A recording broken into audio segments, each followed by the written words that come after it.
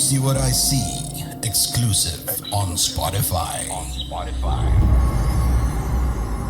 Download Anchor untuk bikin podcastmu gratis.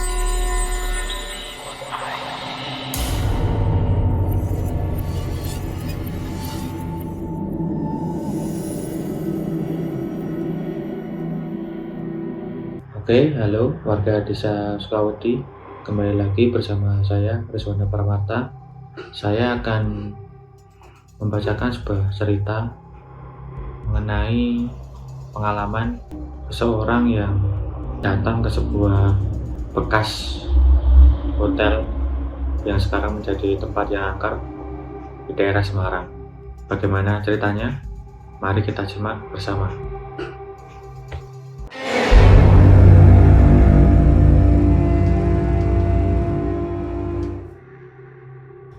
Saya lupa tanggal dan bulannya kapan, tapi saya ingat betul hari Sabtu siang, jam 1 sepulang sekolah tahun 2001. Saya masih mengenakan pakaian putih abu-abu seragam khas sekolah SMA, nongkrong di warung dekat sekolah sama beberapa teman. Saya, Andi, Doni, Farid, dan Benny. Don, ntar malam main yuk, ajak saya ke Doni yang lagi menikmati segelas es teh di siang hari itu. Andi, Farid, dan Benny pun berharap hal yang sama. Maklum kita berlima ini satu kelas dan kebetulan menyandang gelar yang sama, yaitu jomblo. Teman-teman sekelas pun menjuluki kami geng Pandawa Jomblo. Ngenes sih, ketika malam minggu tiba, bukannya apel lawan jenis, tapi malah ngumpul cowok-cowok semua. Ya udah, nanti kumpul di mana? Pakai mobil lu ya Ben, gantian. Jawab Doni yang agak sedikit protes karena seringkali setiap keluar bareng-bareng selalu pakai mobilnya. Benny mau tidak mau kali ini yang membawa mobil. Saya dan teman-teman yang lain hanya tertawa melihat reaksi Benny yang agak sedikit kesal. Emang nanti kita mau kemana sih? Tanya Benny kepada kita semua memastikan tujuannya. Bagi Benny membawa mobil keluar dari rumah merupakan perkara yang tidak mudah. Karena sulitnya izin meminjam mobil ke orang tuanya melebihi sulitnya ujian akhir nasional. Saya mengusulkan ke teman-teman kalau malam minggu ini gimana kalau kita hunting ke tempat-tempat horor. Reaksi teman-teman mendengar penjelasan dan ajakan saya bermacam-macam. Farid dan Benny langsung menolak. Gila sih, ke tempat seram kayak gitu ngapain coba? Gerutunya dan diikuti Farid yang setuju dengan Benny. Sementara Andi dan Doni membujuk mereka berdua, saya masih terdiam menikmati rokok yang barusan saya nyalain. Alasan Doni membujuk Benny untuk ikut cukup jelas. Doni keberatan kalau tiap kali keluar harus pakai mobilnya. Kalau Andi setuju dengan pikiran saya anti mainstream. Ya sudah, ntar malam pakai mobil saya. Tapi patungan bensin ya. Ucap saya yang mencoba mengerti kondisi Benny yang sebenarnya keberatan untuk membawa mobil. Dengan wajah penuh kebahagiaan, Benny setuju ikut. Emang setan sih ini anak. Alasan gak mau bawa mobil aja, pakai acara gak setuju dengan usulan saya hunting ke tempat horor. Farid yang tadinya tidak setuju, mau gak mau harus ikut. Pada saat itu, kita semua langsung briefing persiapan untuk nanti malam. Kami saling membagi tugas. Tugas saya bawa mobil, tugas Doni bawa handycam dan tripod, tugas Benny membawa beberapa kamera, tugas Farid dan Andi membawa senter dan logistik. Tujuan kita pada malam hari itu ke bekas hotel di salah satu bukit kota Semarang yang sudah tidak terpakai dan tidak terawat sama sekali. Loh, kok di portal? Benar masuknya lewat dari sini? Tanya saya ke teman-teman yang lain. Tidak ada jawaban satu kata pun dari teman-teman. Mereka semua menatap ke arah portal yang sudah nampak berkarat menutupi jalan masuk ke hotel yang masih beberapa meter ke dalam. Gelapnya malam, pohon-pohon tinggi di hadapan kami, jalan yang sudah tidak layak dilewati dan tidak ada cahaya sama sekali. Hanya lampu sorot dari mobil saya yang menerangi pandangan di depan kami ini. Saya turun dari mobil mencoba untuk membuka portal yang tertutup. Doni sempat melarang saya turun dari mobil. Tapi atas dasar kesetiaan kawan, Doni ikut turun membantu saya membuka portal. Sementara teman-teman yang lain sama sekali tidak turun dari mobil. Ah, dasar penakut, gerutu saya sambil mencoba membuka portal. Doni yang melihat saya hanya tersenyum. Dengan perlahan, mobil saya masuk melewati portal yang sudah terbuka. Tidak ada kata yang terucap dari teman-teman. Mereka semua masih diam. Kecuali Doni, yang duduk di depan sudah mulai sibuk merekam perjalanan ini melalui handycamnya. Wiper langsung saya nyalakan karena hujan gerimis mulai turun, menambah suasana malam ini makin menjadi mencekam. "Stop!" ucap Doni mencoba menghentikan laju mobil ini. Saya pun langsung rem mendadak, karena saya juga tahu apa yang Doni lihat melalui handycamnya. Di depan mobil saya berdiri seorang anak kecil yang kira-kira berusia 8-10 tahun. Memberi peringatan kepada kami untuk berhenti. Tanpa pikir panjang, walaupun di luar kondisi hujan gerimis, saya, Doni, Andi, dan Penny langsung turun dari mobil, menghampiri bocah yang berdiri di depan mobil saya. Kecuali Farid yang takut turun dari mobil. "Adik siapa?" Sambil agak berjongkok, saya mencoba bertanya ke bocah yang sekarang posisinya ada di depan saya persis. Doni di samping saya hanya diam sambil merekam. Andi dan Benny terlihat memastikan apakah bocah yang di depan kita ini benar-benar manusia atau bukan. Entah sejak kapan keberanian kedua teman saya ini terkumpul. "Mas-masnya, kalau mau masuk ke dalam, mobilnya parkir di sini." Perintah adik ini menjelaskan kalau mobil tidak bisa masuk sampai dalam lagi. Kami semua saat itu juga mengambil peralatan di dalam mobil. Terpaksa, mobil harus saya parkir tidak sampai masuk ke halaman hotel. Farid mau tidak mau juga harus turun. Segera langkah ini mengikuti bocah yang ada di depan kami. "Namaku Anggi," ucap bocah yang ada di depan tanpa melihat kami. Sepertinya Dek Anggi sudah paham betul maksud kedatangan kami setelah melihat peralatan yang kami bawa. Kami semua terdiam. Di depan kami sekarang berdiri bangunan hotel yang lumayan besar dan sudah tak terawat.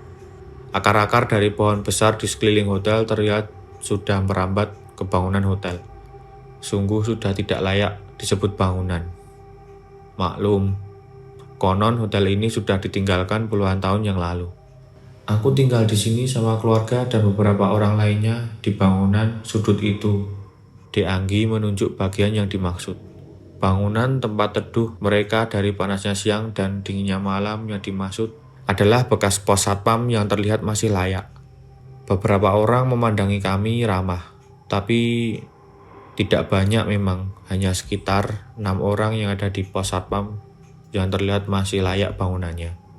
"Walah, ini gelandangan, Fat," bisik Andi ke saya yang memperhatikan kondisi Dek Anggi dan orang-orang yang berada di pos satpam hotel. Saya hanya diam mendengar bisikan Andi. Tidak membutuhkan waktu lama, kami saling mempersiapkan diri. Benny membawa 2 kamera yang satunya diberikan ke Farid untuk ikut mendokumentasikan selama kegiatan di sini. Doni memberikan 1 handycam ke Andi dan saya membawa 2 tripod yang akan digunakan nanti. Dek Anggi yang melihat kegiatan kami langsung paham betul dan menunjukkan tempat aura yang paling negatif di bangunan ini. Kami melangkah dan mulai memasuki bangunan hotel ini. Juru kunci kami, ya bocah yang masih berusia 8-10 tahun ini juru kunci kami. Keberaniannya melangkah yang paling depan. Seharusnya kami malu, tapi karena tidak mengenal baik tempat ini, maka kami lebih memilih di belakangnya. Alasannya untuk pembenaran yang sebenarnya pada ketakutan. "Di sini pusatnya," ucap Dek Anggi yang berhenti di lantai 2. Terlihat ruangan ini mungkin dulunya restoran hotel, karena masih sisa beberapa meja bundar yang sudah tidak terpakai. Di bagian kanan restoran atau arah ke utara hotel, ada jendela yang sudah tidak nampak kacanya. Dari jendela tersebut, di bawah terlihat ada kolam renang yang di dalamnya tumbuh alang-alang dan tumbuhan liar. Di bagian kiri restoran atau arah selatan hotel, ada beberapa ruangan kosong yang tidak berpintu. Saya langsung memasang tripod tanpa menunggu perintah siapapun di kedua sudut ruangan. Andi dan Doni langsung mengerti memasang handycam yang mereka pegang di kedua tripod. Farid dan Benny mengambil beberapa gambar di dalam ruangan dan dari jendela restoran ke arah luar hotel dan kolam renang. Ambil gambarnya jangan cuma sekali, tapi beberapa kali jepretan. Perintah saya ke Farid dan Benny. Mereka berdua paham apa yang saya maksud. Terus, ini handycam kita tinggal apa gimana? Tanya Doni sambil memastikan rekaman yang sedang berjalan merekam di handycam tetap fokus. Begitu pula dengan Andi. Kita tinggal sebentar. Mendengar jawaban saya, Doni agak ragu untuk meninggalkan handycamnya. Hal itu wajar karena takut kalau kedua handycamnya hilang. Tapi saya dan Andi meyakinkan ke Doni kalau kita nggak akan jauh dari tempat itu. Kaki ini melangkah menaiki anak tangga menuju lantai 3. Lantai 1 lobi dan kamar hotel, lantai 2 restoran dan kamar hotel, lantai 3 kamar hotel, dan 2 aula yang tidak begitu besar. Dalam hati berkata, entah kenapa hotel ini ditinggalkan. Kalau dilihat dari segi tempat, hotel ini punya lokasi strategis. Lokasinya berada di atas bukit dan mendapatkan view kota Semarang. Kalau kalian memang ada, maka hadirlah. Kalian terusik dengan kedatangan kami. Mana penampakan kalian yang cuma ada di cerita-cerita orang doang? Ucap Andi menantang yang mungkin sudah berharap adanya penampakan. Farid dan Benny begitu mendengar ucapan Andi, dari belakang langsung nyelonong ke depan ketakutan. Saya hanya tertawa mendengar ucapan Andi. Dan dari ucapan Andi tidak butuh waktu lama, kami semua mendapat jawaban. Brak! Suara itu terdengar di lantai 2. Kami langsung segera turun ke lantai 2. Farid dan Benny mencoba mencegah. Saya tidak menghiraukannya. Saya, Andi, dan Doni sudah berada di lantai 2. Kami bertiga melihat tripodnya telah jatuh. Menyusul Farid, Benny, dan Dek Anggi sudah bergabung di lantai 2. Mungkin cuma angin. Ucap saya berpikir positif. Belum lama mulut saya berucap. Doni dengan suara terbata-bata ngomong. Itu lihat handycamnya dan tripodnya melayang.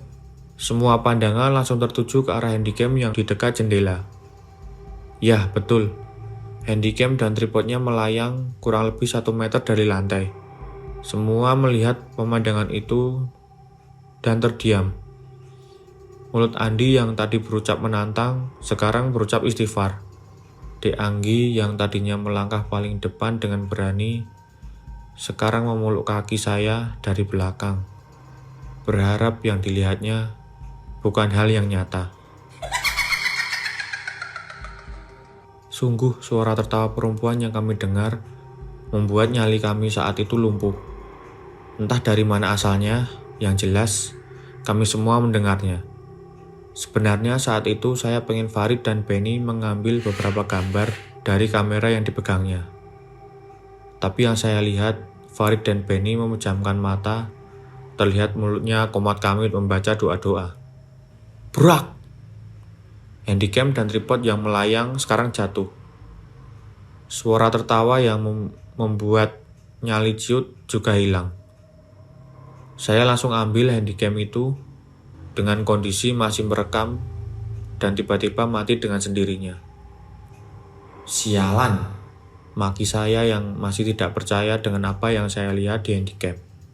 Jam sudah menunjukkan pukul dini hari. Dek Anggi meminta izin ke kami untuk pulang ke pos satpam yang menjadi tempat tinggalnya.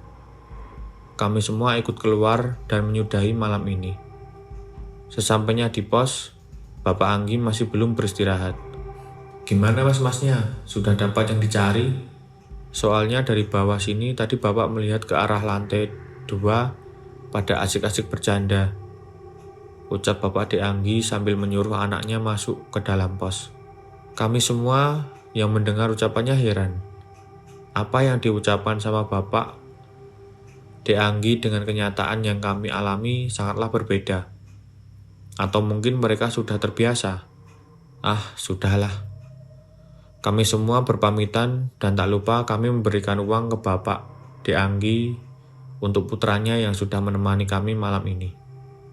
Beberapa bungkus rokok juga kami tinggalkan. Malam itu merupakan pengalaman pertama kami. Sepanjang perjalanan pulang, saya juga melarang teman-teman untuk melihat hasil rekaman dan foto tadi. Esok harinya, kami semua kaget setelah melihat hasilnya. Kamu punya pengalaman horor? Kirim ceritamu ke podcast.ceritahoror@gmail.com.